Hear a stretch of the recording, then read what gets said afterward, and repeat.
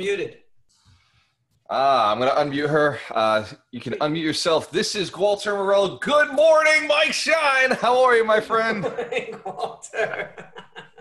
100 Millionaires podcast. We're hanging out today with Melissa Baker. She's a real estate agent, real estate investor, and a Rhode Island native. Just like, well, Mike, are you from Rhode Island? Yeah. Or you just live in Rhode Island? East side of Providence, straight out of the east side. East side. All right. Because I know you had this time in California, and for some reason, I always think about you as being out there sometimes. So yeah, surfing the waves in Santa Barbara. Nice. Hell yeah. No, I can't surf at all. So her sound is way better than Have you yours. tried? All right. Melissa, All right. Tell us a little bit about yourself. How'd you meet Mike? Mike and I knew each other back in the high school days. Really? High school, yep. That's going over what, Mike? Is that like, let me see now. 5 years? 5 years? Yeah, 5 years, yeah. Many years ago, and a whole great group of friends. We were all just great friends. And then we all went off to college, and then just one big loop around. Yeah. And ran into each other, and his wife is a sweetheart. She's terrific, his family, and we reconnected. Yeah. I love that. Plus, I we're love in real estate business. True confession, she likes my wife much better than me, and I'm okay with that. I was like, you know what? As long as she puts up with you, but she loves your wife. Brenda has that appeal on some people, I guess. That's her charm. I'm getting like Facebook posts from Melissa, like total positivity and and Buddha and all this stuff, and I'm like, Brenda, you have to meet Melissa because you guys are like on the same path. Good morning. Stay right here. Yeah. So Melissa goes to the meditation thing we go to on Thursday nights, and oh, nice. It's awesome. Nice. Yeah. Lots of yoga, lots of meditation. How familiar are you with the sound on your computer? Do you know how to play with it at all? I do.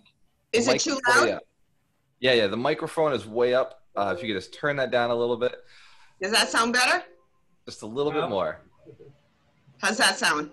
Much better. Much better. Excellent. Yeah, it was blasting and distorting your voice, which we know you have a beautiful voice, spiritual and Buddhistic beliefs. So watch Walter get thrown into the back of the wall. Sorry. I'll be back on my other self. New every day. Absolutely. So, Mike, what is one of the reasons that you and Melissa reconnected? Yeah, well, we're both in the real estate business. As you know, I'm a closing attorney, and then I just wanted to be an investor, and I went to the RIA meeting, and Melissa was there with her husband Jeff Baker from Reservoir Group, and I don't know, just connected. The universe? Can I say the universe? You could say it's the universe. You could say you're putting it out there, and you could say that you showed up at the right place where like-minded people were going to be hanging out. And so, I guess you did all of the steps, right, for manifestation. Yeah, and she's super positive. And, we always talk about surround yourself with positive people and lose the negativity and that kind of stuff. So that's another reason that we all came together, because Melissa's like a big ray of sunshine in any room she walks into. Aw, thanks, Mike. Excellent. Positive. What a cheese ball. I could feel it from here. I thought it was the lamp I have on me, but no, it's actually Melissa Baker. When you're listening to this, you're probably experiencing it the same way we are. Melissa, how did you get involved in real estate? You and your husband have done quite a bit. So where did it all start? How did you guys, like the very first deal or the first thought? Well, I started back in my early days. It was about over 30 years ago. And I was on the road in sales, and that's how I actually got the money to start White Lion. And a friend of mine over 30 years ago was going for a sales license and said, oh, you should go for your sales license. So I got my sales license.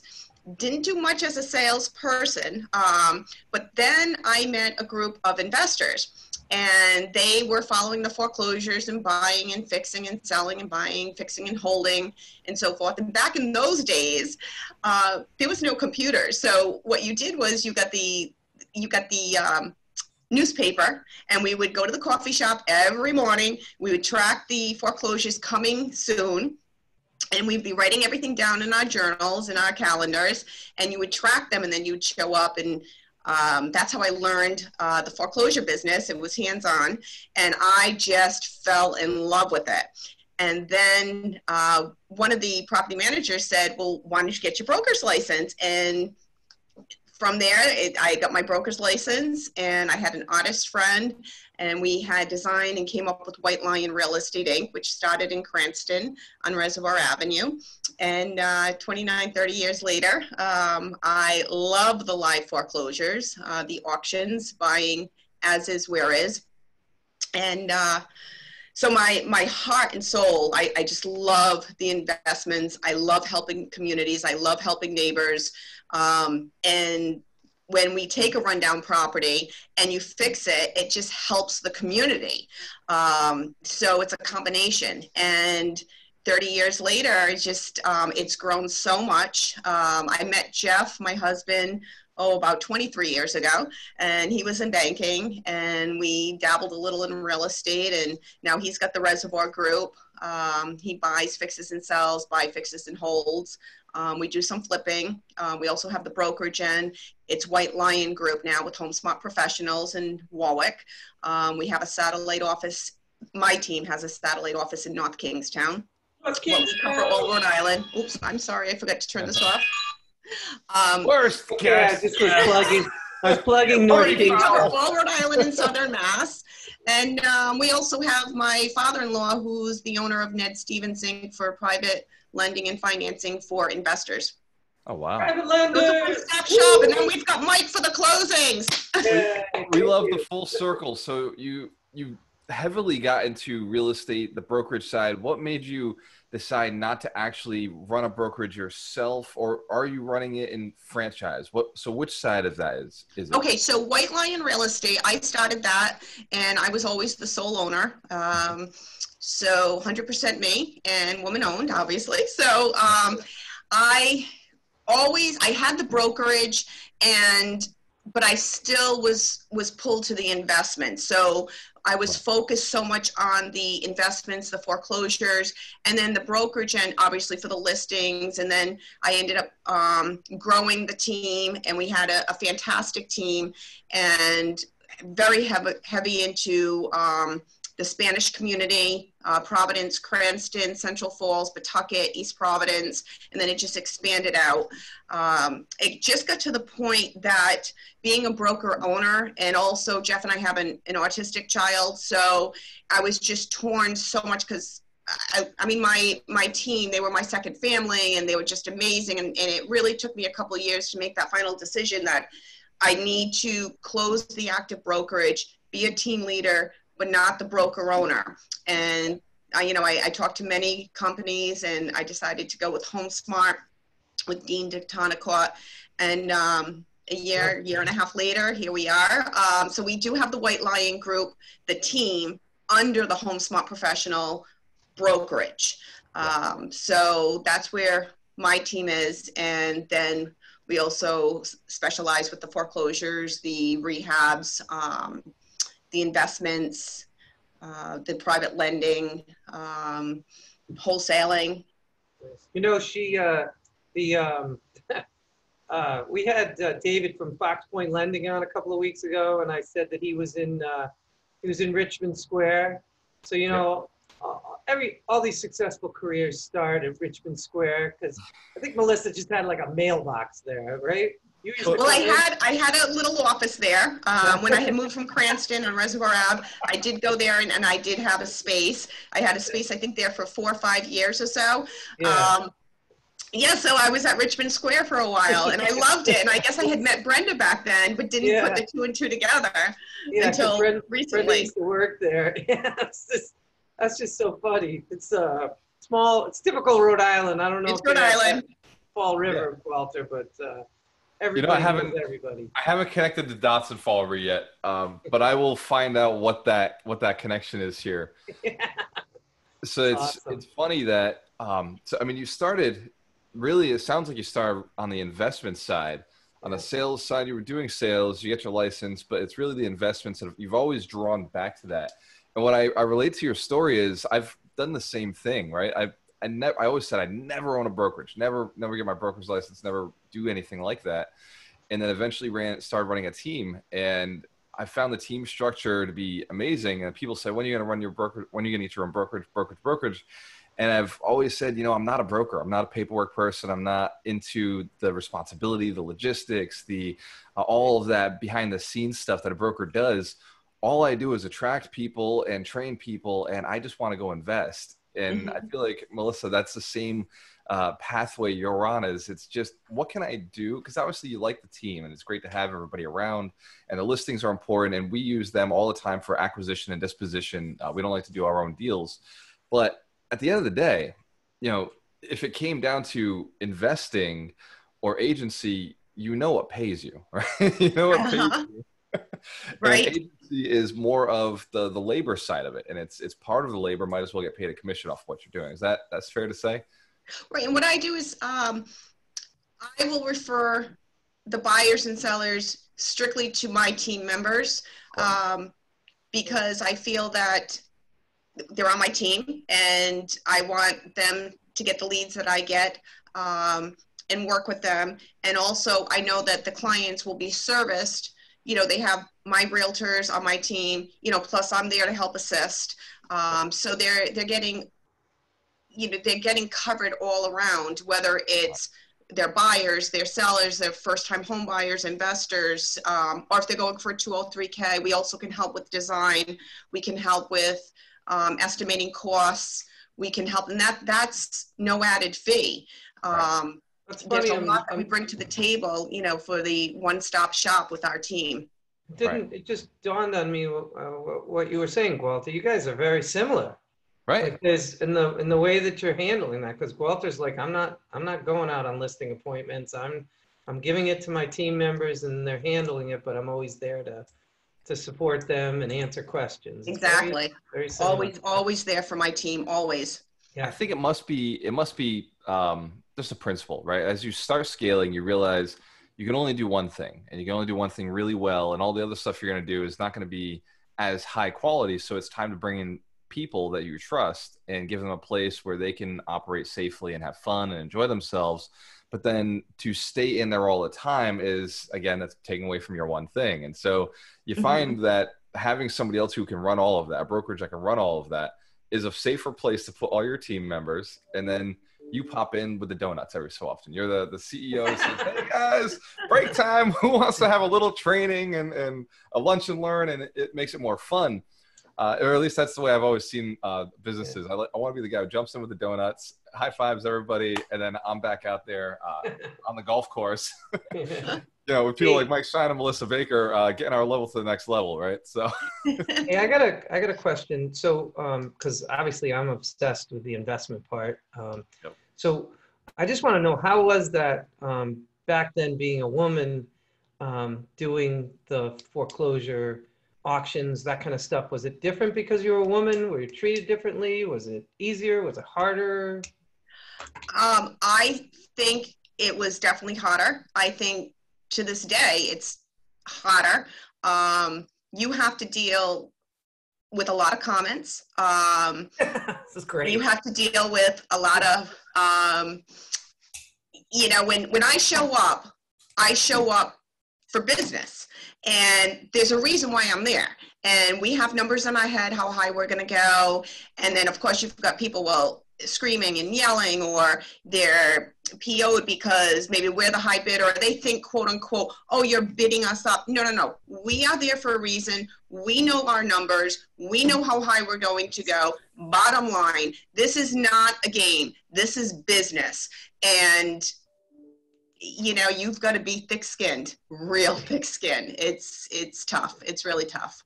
Now, do you go to the in my opinion? Do you go to the tax sales too, or you just? I go to the tax sales with my family. Yeah. We have a group, we focus on that, and that's a whole other animal. Yeah, I've heard. Oh yeah, yeah, Yeah. that's. Yeah, I So heard it's very entertaining. I've only been to one, and I was late, so they were already done. Like at 9:10, all the properties were gone. And you're not going to make any friends, Yeah. and they're not there to be your friend. And when they're nice to you, they're nice to you for a reason, not because they have your interest at heart. So when you were doing the foreclosures, back to that. So you're at auctions at the driveway of the property, for example. Now In Rhode Island, foreclosures are live on site at the address. Yeah. So what was like an average, say, in a year, if you went to, I don't know, say you went to 100 auctions in a year, or I don't know how many, but what's the percentage of deals that you would get out of that?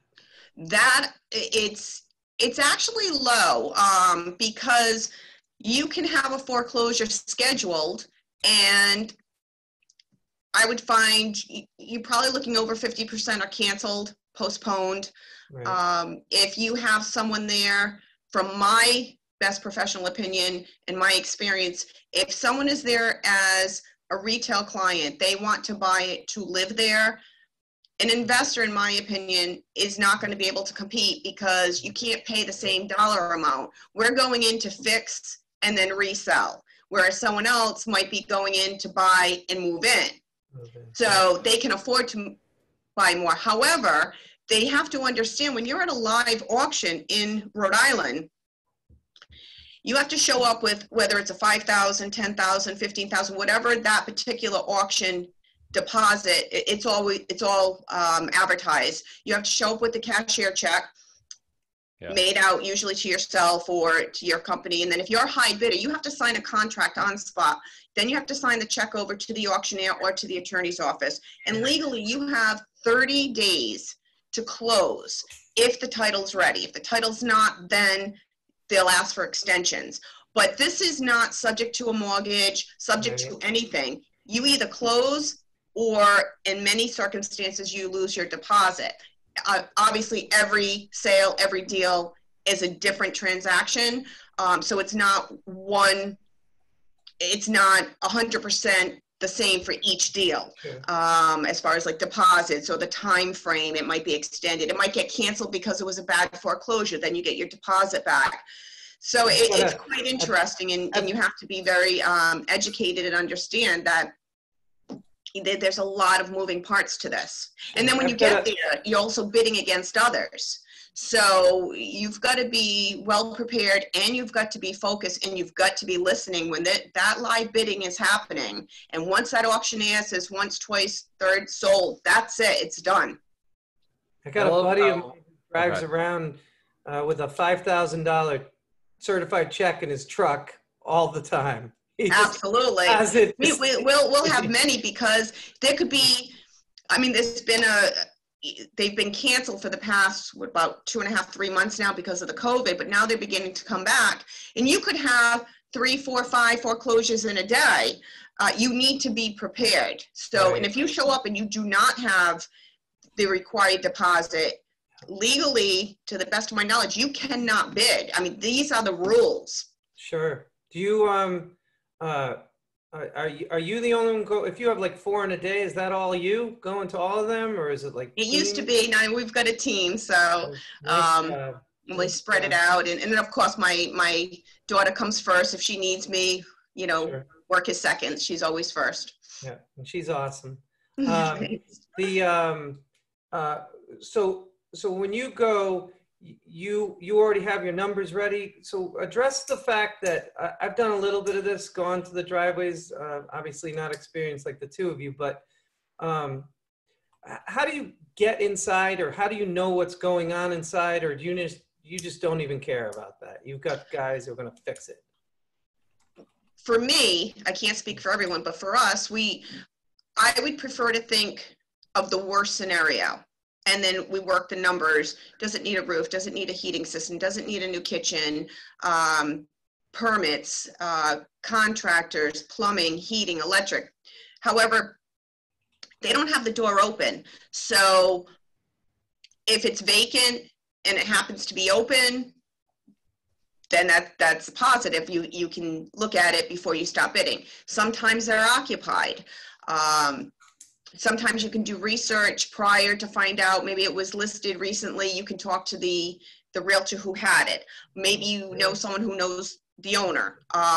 You try to gain as much knowledge as possible, but you are buying it as is, where is, subject to nothing at a live foreclosure.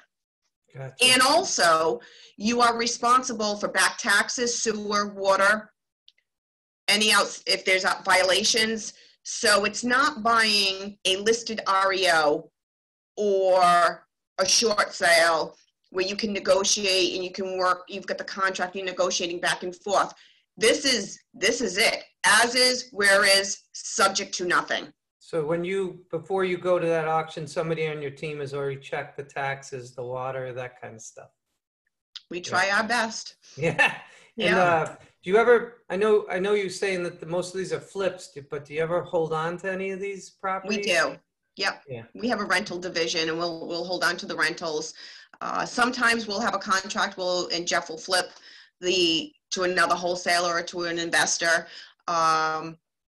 So each deal is a different deal. Nice. Excellent. What is your inventory you're holding right now, and what does it compare to what you've had in the past? That's a great question. That is a great question. So are you talking about the rental division, or are you talking about the wholesale? What are you talking about? So actual holds, the things you're keeping, because we've felt our portfolio adjust, and we've made some changes prior to COVID. Now post-COVID, we're making some other changes, completely shifted our strategy around. I'm just wondering so for example, we went up to, about 2 years ago, we went up to 42 units, and then we sold all the way down to 12 units. Wow. Thought we were at the top. Mm-hmm. And then in February of this year, we're up to 57 units. Mm-hmm. And by March, we had sold down to 49. And now during COVID, post-COVID, okay, Mike, I'll do my best to entertain her while you're gone. During this post-COVID, where we're thinking, oh my God, this is the chance to explode, right? This is our chance to pick up a lot of rental property. So I'm just wondering, what is your portfolio done in the last 2 or 3 years, as far as the hold side of it? What does it look like now? You said within the past when? 2 to 3 years. 2 to 3. So that's actually more of a question for my husband. He oversees all of that, but we've really held a lot, and we're looking to buy probably another 20 to 30 doors. Buyer. Walter's always asking in all the Zoom calls, who's a buyer? And everybody's like, yeah. We're both buyers. We're all buyers. So I know, it's going to be interesting to see what happens in the next few months with, all this. I know the COVID and the stimulus checks, and when they stop, and the unemployment, and we're in unprecedented times. I mean, the world's never seen anything like this, and we're being very cautious. Yeah. Do you think the market's going to go down? Like I hear both sides. I hear some people who say there's going to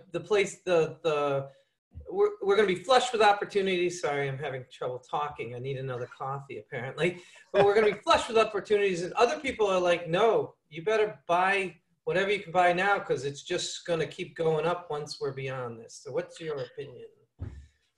So I think, first of all, cash is king. So whoever's sitting on cash, they can wheel and deal, and I think they're going to get fantastic deals.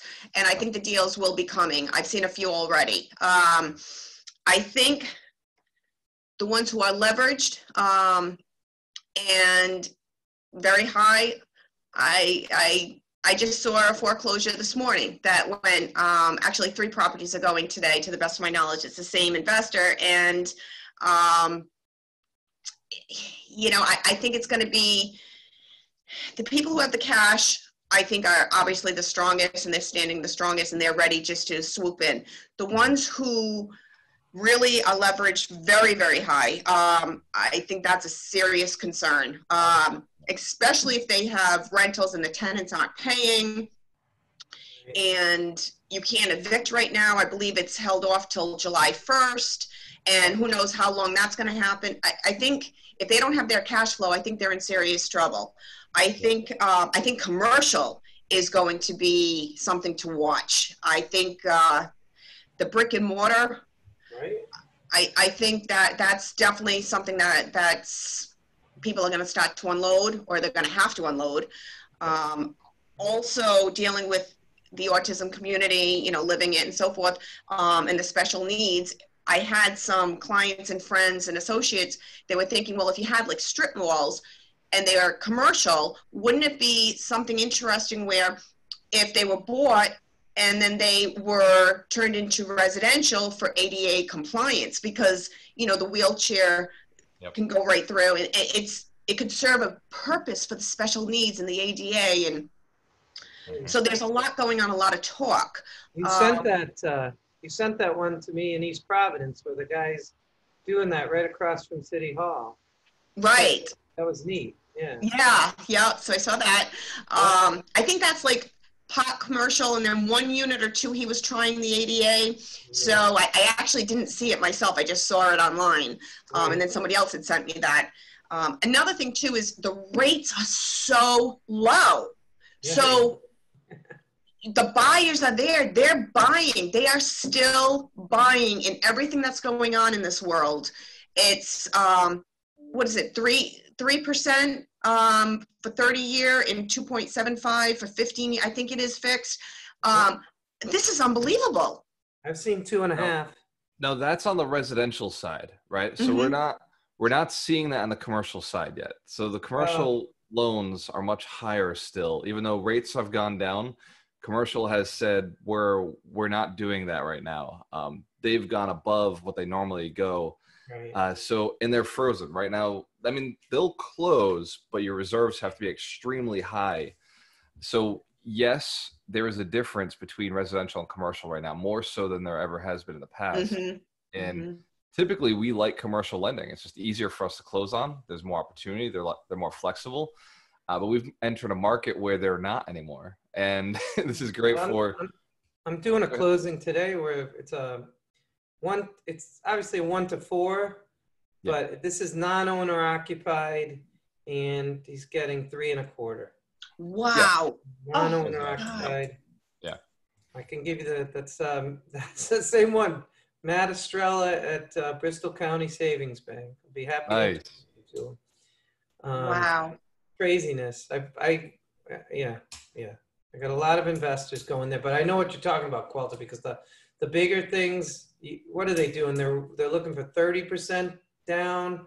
They're looking for 30% down. They're looking for 18 months in reserves, 12 months in reserves. So bigger, much bigger chunks that they want you holding and bring to the table.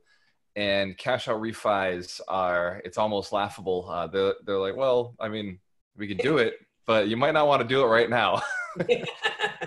And so on the commercial side, because that's what we do, like to put everything into one big portfolio loan, which you can't do it on residential. So I think that the commercial guys are in trouble. It goes back to what you said a little while ago. We're going to see some opportunities on commercial. I just don't know if we'll see those same opportunities on the residential side. And that's why I ask, where are you going? What do you think the market holds in the future? Say, a year from now or 2 years from now, because we know on the other side, all the quantitative easing they just put into the market, lowering interest rates that drives prices up, and then putting $3 trillion into the marketplace, that must drive real estate prices up because everything else is going up. So so that's the two big factors that we're looking at that are not normal, right? We expected a crash. We saw a crash coming. And that's why I've always got to play the other side of this, right? So we expected a crash to come. I've been buying everything as if the crash was tomorrow. And now I think we're at a point where it's like, I don't think there's a crash coming for another 2 to 5 years. What is your opinion on that? Like when you take those two factors into place? None of us have a crystal ball. It is just, there's no rhyme or reason. It's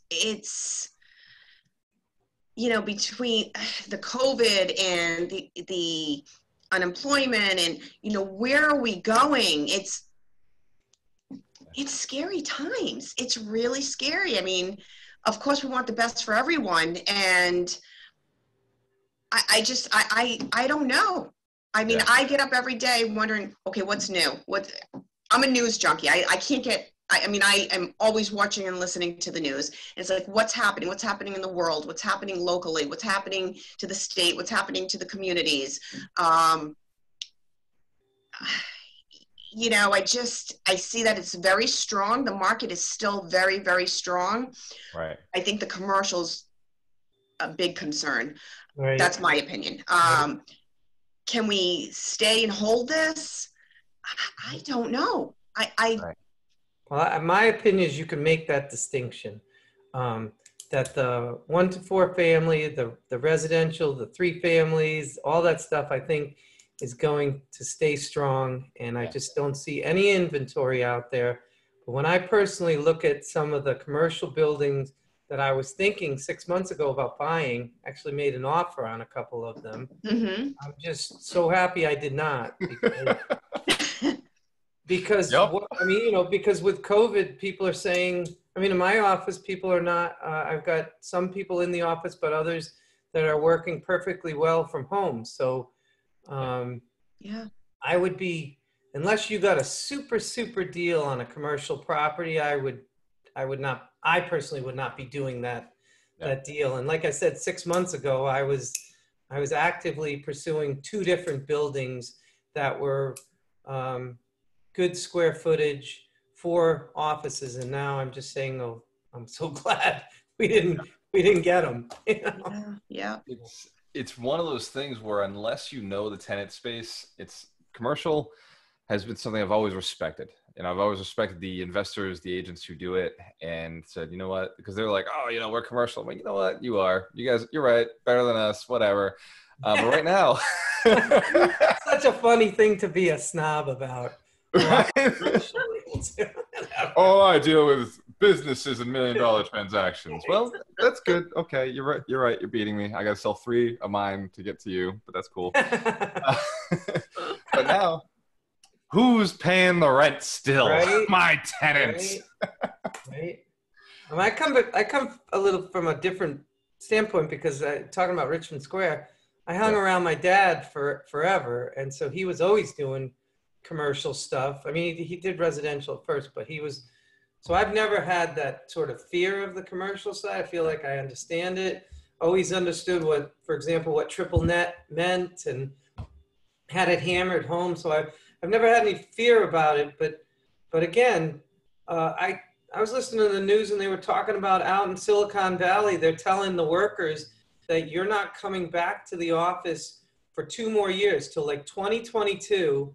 And when you come back, there's probably going to be half the desks here. Because if you think about Silicon Valley and how expensive the real estate is, it's like, why have people come in if they can do the same job from their apartment or their house and not commute and not waste that time? So I just, like you said, you got to know that commercial space really well for you to.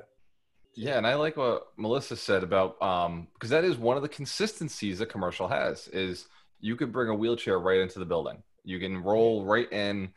Second floor has elevators. Third floor has elevators. It's designed so that anybody can get into the building, and that's something that tenants pay a premium for. Insurance companies support and help, and there's different programs that help and support to pay that premium for first floor or wheelchair access. So that's a potential strategy. There's one, actually, Providence has a mall. It's the oldest mall in America back in 2013. The arcade? Yes. Love the arcade. Heard it. Yes. And we're Rhode Islanders. Talking about the special needs in the wheelchair, I'm wondering if we could do a podcast. My very dear friend, Tina, she's in a wheelchair, and she is a huge advocate in Rhode Island, and she's also she runs RAMP, Real Access Motivates Progress, and she knows so much about the ADA and the compliance and the wheelchair, and that's, I think, another talk we could have strictly on ADA, special needs, real estate. Book it. Excellent. Book That's, it. that's Okay, definitely I'll send you her contact. yeah, that's definitely a niche that I think She's a lot so of real estate- positive. God bless her. I mean, she's just amazing, and what she does for, you know, the special needs in the community, and who and what she represents. God bless her. Nice. Absolutely. Hey, so we're having this whole discussion, but of course I follow Walter all the time on Facebook, where he's everywhere. But yesterday you were in a commercial property and you were doing a deal on a commercial property. So what the This F? is different commercial. You're trying to get rid of all of us as competition so you can snap it all up. Guys, commercial scary. Stay away. Everybody away while I buy it all up. So I was out in New Bedford, and I was there with Okino, the King of Taunton, and he had found this deal. And what he told me was, he's like, look, you're the commercial guy. You know this bigger stuff. I don't play this game. How do I evaluate this? And afterwards, I took him away from the building, and I walked down the street, and I told him, look, you see that building right there? And it's, you know, typical storefront with apartments above it. I said, those are the ones I want, because those are the ones nobody else knows how to swing right now. They're awkward, they're weird, that bottom floor. And I said, look at that one, for rent, bottom floor. Look at that one, for rent, bottom floor. And you're going to see this in all of these cities. The first floors are going to be available, and the landlord's going to say, shit, like I can't rent this out. And you're going to put a hair salon in that first floor. Those are the right? ones I like to buy. You get it. Put a hair salon on the first floor, tenants upstairs. Wow. That's it. I like it. I love those mixed use. I love them. Mixed use is my favorite. It's got the sustainability upstairs, and then you got a little bit of more fixed long-term downstairs that drives traffic and builds cities up. But we were in, to answer your question, why was that full commercial building interesting? I had 4 tenants that were all mechanics. So that is an industry, they don't make the cars any better, right? They're not making them any better. They're not lasting any longer. In fact, they're just putting more computers and chips and different pieces in. So it's a long-lasting tenant that makes sense to have, unless Tesla has its way, in which case, which, by the way, Mike, I knew this was coming up. Yeah, Tesla stock is probably going to hit 1,000 today. Yeah. Like, when did you buy a Tesla? The only issue I have with the mechanics is that we had some in Central Falls at a storage facility, and there was always a concern that they might be dumping oil down the drains. I just assume they are. I just assume. There you go, Mike. You got your Series 1 and your Series. Wow, look how close. Tesla's right there. Series. You get your phase 1 and phase 2 environmental. There's a little bit of advice if you're doing commercial, get your phase 1 and your phase 2. You wanted too much for it. I'm not into it right now. Well, I'll wait for him to get a little desperate. I'm waiting for somebody not to pay him. But yeah. So going back to Melissa, because I want to wrap this up in time, make sure that everybody can get back to work.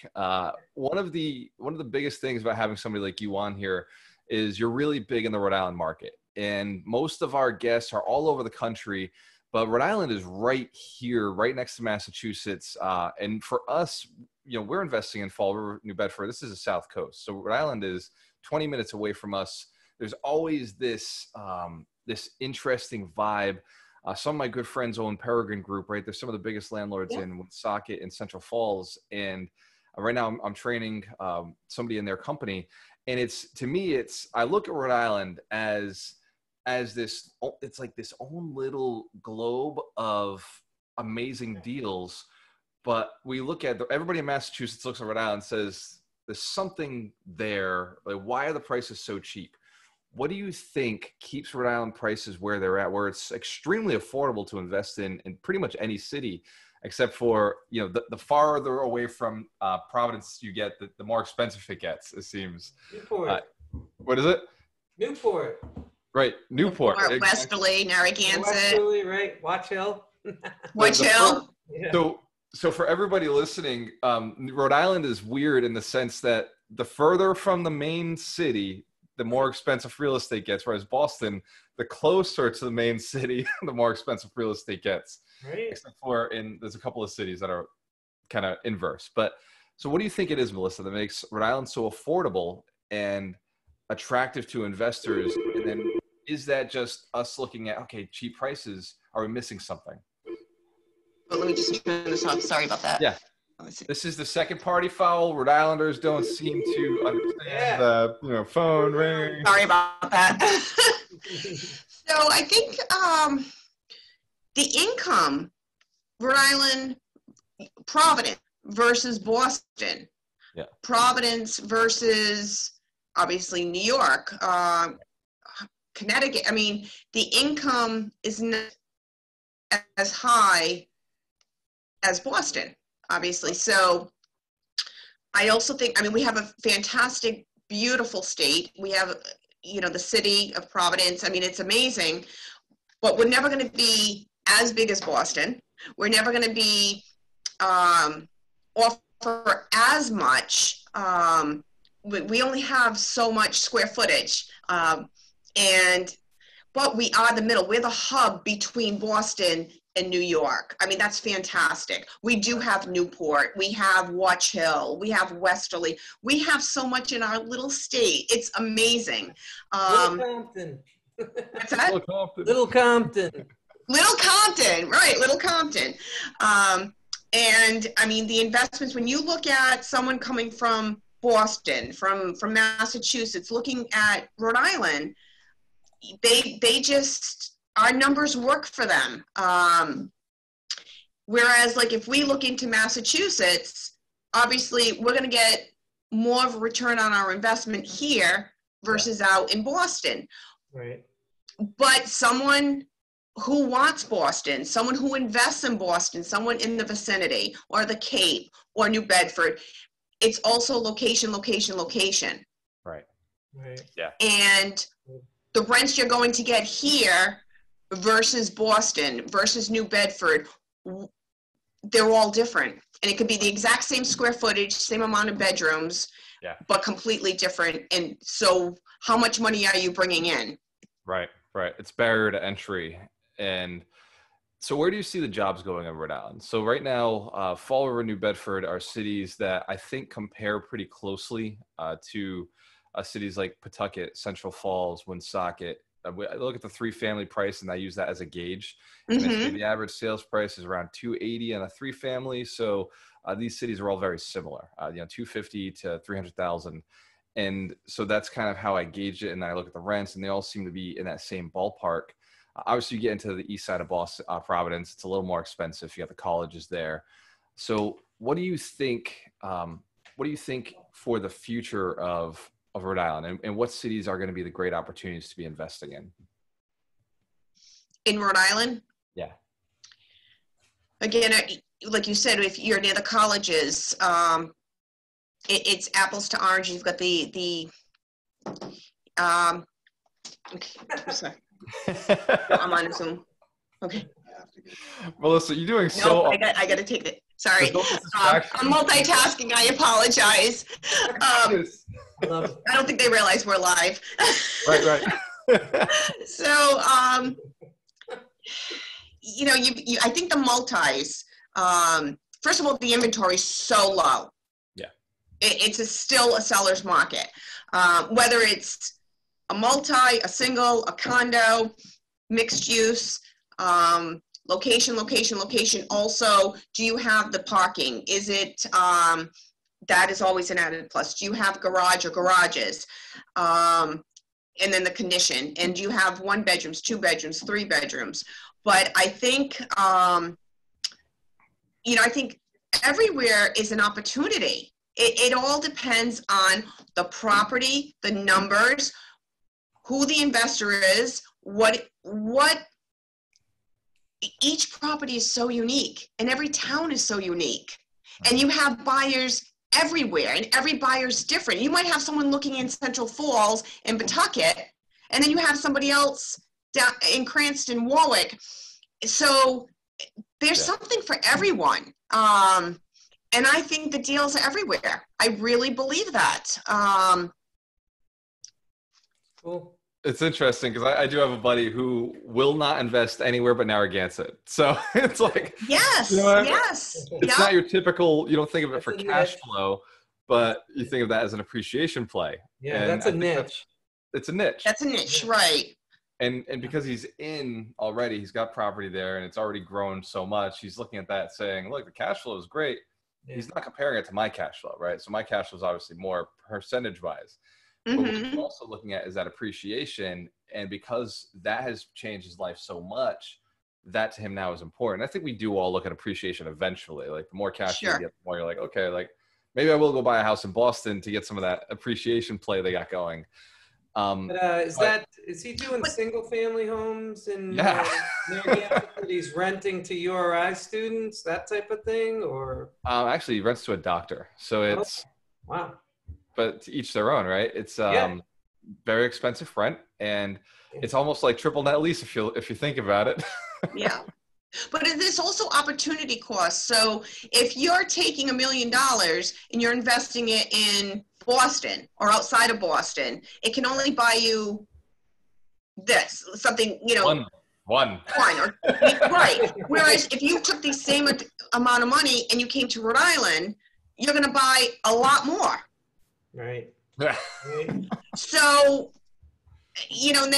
but maybe somebody who lives out there in Boston wants to manage hands-on and they live in that vicinity, or maybe they have family, or maybe they already have investments there, or down here, maybe somebody who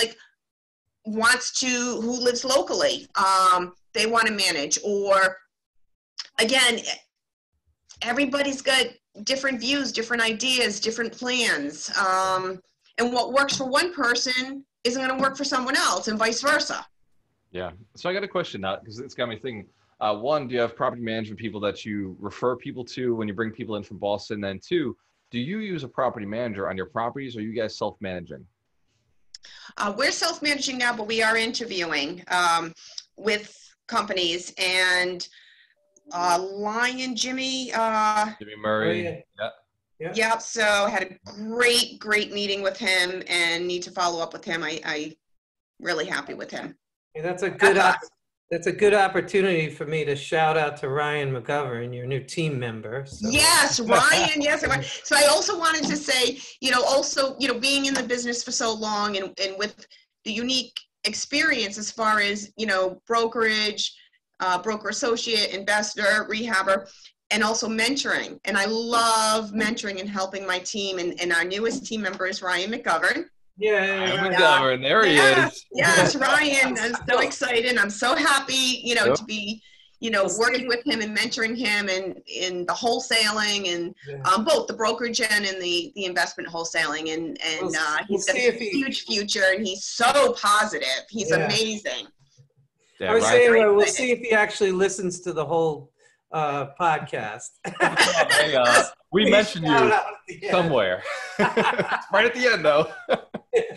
Yeah. Go forward. Fast forward. If I could just give a shout out to Manny Camello on my team.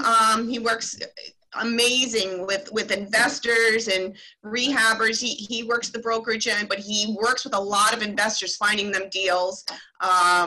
And helping rehab and putting them back on the market. And Brad Verdi on my team, he is actually a GC2 rehabbing a team member, and he finds deals for clients. So Melissa, let me stop you there. So those guys are great, but they haven't joined our mentorship program. Yeah. Ryan McGovern in it with us every single week, 8 o'clock on Mondays, 10 o'clock on Saturdays, 5 o'clock Monday and Friday. Yeah, we should tell them. Tell them to go to the Saturday morning 52 Principles of Wealth. It's a great place for them to be. I love it. And it's designed for investors and agents. Agent Alchemist is like a training company it's designed to do exactly what you guys are doing. Just train them to go and make more money, like Ryan is doing right now. And that's why we're so proud of Ryan. As soon as you mentioned him, he's one of our star students, and he loves the brokerage he's in. He has nothing but the most positive things to say about you and your husband and the team you've built. And then when he comes over, we hear the progress he's making. We're like, man, like Ryan, keep up the good work. You're doing exactly what somebody your age doing it that way. Oh my God. He has a chance to blow us away and just be so successful. And I love seeing it. And you're doing an awesome job with him. And he's so loyal. Like, oh my God. Like we always mention, hey man, make sure you're shopping around your brokers, do these pieces. And he's like, I'm staying here. Like, I'm very happy. Like, this is what He's a big fan of you and Jeff, so that's absolutely. Awesome. As am I. And Ryan, and a shout out to, just so you know, so Deb Schusterman is an independent realtor at HomeSmart, and she's on the mentor team, and she's Ryan's on our team, but Deb is actually mentoring him for the brokerage end. I'm mentoring him a little in the broker, but more on the investment wholesaling end. So he's getting really well trained. And it's funny because I'm sure that you've seen other people come through the program that don't take advantage of all that. And right. Ryan is one of those people who, it's not the training company or the training program. What it is the person, and he's motivated and he wants it. Self-disciplined, and he's awesome. The other two guys on your team that you mentioned, seriously, if they come to the Saturday morning, I'm asking because I think not only can they get some valuable information from Gwalter, but it's always good to have people like that that can add to us, because our focus, and this comes from Gwalter, I'm not taking credit for it, but it's to make 100 millionaires. Yeah. And so we have people in the group. So if we get like a groundswell of people who all want to help other people, I would love to have them just come and take a look and, help give more advice about what they're doing and how they're being successful. That would be. It's Saturday, what time? 10 a.m. 10 to 11? Yep, 10 to 11. It's gwaltermurillo.com/live, and you can get the Zoom link right from there. Okay. Right. Yeah, I'd love to have them. And again, what we found is that everybody wants to help. It's so nice. Like you say, if you say, I mean, I'm not saying that they don't know this stuff already, but if they show up, they're going to meet a lot of people who are motivated, number one, which is always good to increase your network. But at the same time, people, when they see they can add to other people, that's awesome. We all have something to bring to the table. Nobody knows it all, and I think helping each other and guiding and supporting and just brainstorming exactly is just amazing. You just build together, and you learn something new every day. That's right. Absolutely. That's the fun of it. Yeah. That's what makes this journey fun and entertaining and enjoyable. So Melissa, what is the easiest way for somebody to get in touch with you if they wanted to learn more about your journey, work with you to buy property in Rhode Island, or just had some questions about real estate investing out in Rhode Island? What's the easiest way to get in touch with you and your Sure. team? The fastest way to reach me is to call or text me. My cell is 401-588-2400. They can go to our website if they'd like, www.whitelionrealtygroup.com. And my email is whitelion, LION, realtygroup@gmail.com. And I'm here to help assist, guide, just brainstorm, whatever you need. What's the deal with the White Lion? Oh, you know how I got White Lion? Yeah. So I used to be a sales rep before I started White Lion for an Italian manufacturer of eyeglass frames. So years ago, like 30 years ago, something like that. So I used to go to optometrist's office, and we used to have the magazines, and they used to have the plates. You could buy these plates like advertised way back when, and they're these White Lion cubs. And I said to a friend of mine, she was an artist, oh my God, they're so cute. And then when I started getting into real estate, and one thing led to another, and I love animals, love animals. And I just love these plates. I actually bought a couple, I still have some. And so that's how one thing led to another, and White Lion came. Awesome. To be. Awesome. That is wild. Isn't it funny that now it means so much more, but it was just a simple thought and interaction that finally created this big name for you guys and what you've built and expanded on. It's wild. You can actually rely thank you so much. You can rely on me to always ask about animals, because Peregrine Group, we had him in there, and I'm like, where'd that come? What's a peregrine? Yeah. Where did that come? So anytime we have the animals, I'm going to ask. I love it. And it's the names, right? It's like, okay, what's the story with the name, and how'd you get to that? So. And now I do a lot of I work with Ankle Paws, volunteering with the rescues and the dogs with Paul Vanasse, and just one thing leads to another. So it's all good. It's all good. That's awesome. I love that. Mike Shine, it did make Tesla during our episode, did make it to 1,000. So It did. Congratulations, guys. so this is, well, This is, more congratulations to Mike than to me. I only bought one share.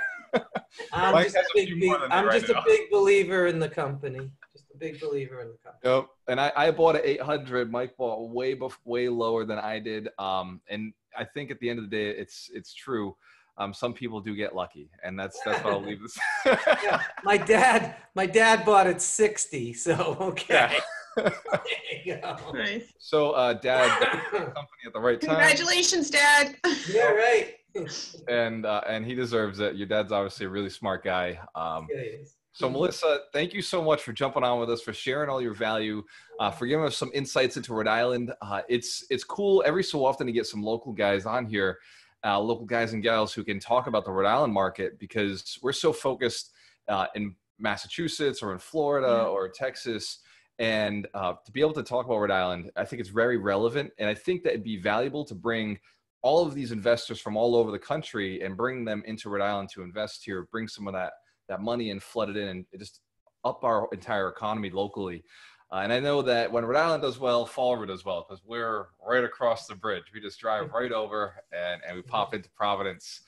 And so anyway, thank you so much, Melissa, for jumping on. Thank you for having me. I really, really appreciate it, and look forward to many more.